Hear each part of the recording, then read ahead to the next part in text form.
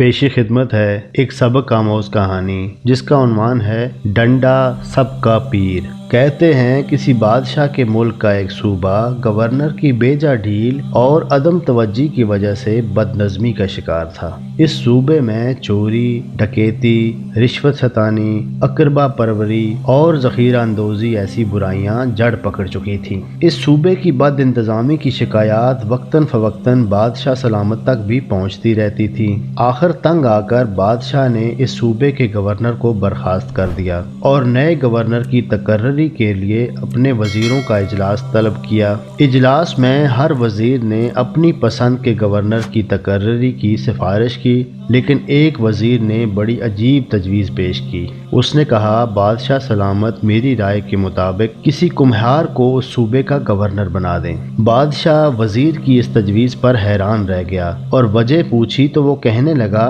حضور کہتے ہیں ڈنڈا سب کا پیر ہے، جو کمہار محض ڈنڈے کے زور پر 100 گدھوں کو ایک قطار میں ہانک سکتا ہے وہ بگڑے ہوئے لوگوں اور انسان نما گدھوں کو بھی سنبھال لے گا۔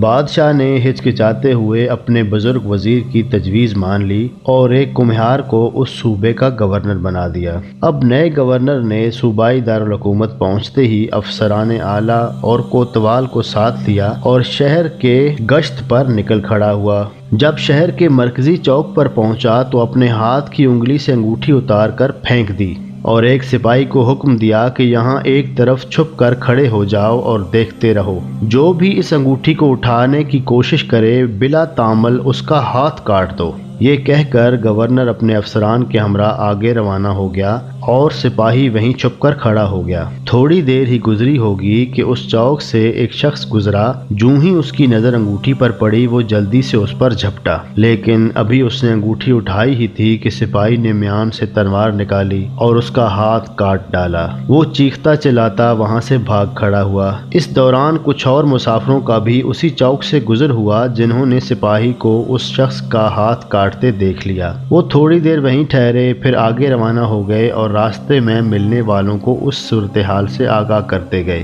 اتنی دیر میں ایک اور آدمی وہاں سے گزرا۔ اس نے بھی وہ انگوٹھی اٹھانے کی کوشش کی مگر ہاتھ کٹوا کر بھاگ گیا۔ اس طرح جب 4-5 آدمیوں کے ہاتھ کٹ گئے تو پھر وہاں سے گزرنے والے سبھی لوگ محتاط ہو گئے اور کسی نے بھی انگوٹھی اٹھانے کی جرأت نہ کی۔ ادھر گورنر جب شہر کے اگلے چوک پر گیا تو لوگوں کا ایک ہجوم دیکھا جہاں ایک سپاہی ایک تربوز بیچنے والے کو بری طرح سے پیٹ رہا تھا۔ گورنر نے فوراً اس سپاہی کو گرفتار کرنے کا حکم دیا اور تربوز بیچنے والے سے وجہ پوچھی تو وہ کہنے لگا گورنر صاحب اس سپاہی نے مجھ سے 10 روپے کے تربوز لیے ہیں، ان کے پیسے مانگنے پر اس نے مجھے پیٹنا شروع کر دیا ہے۔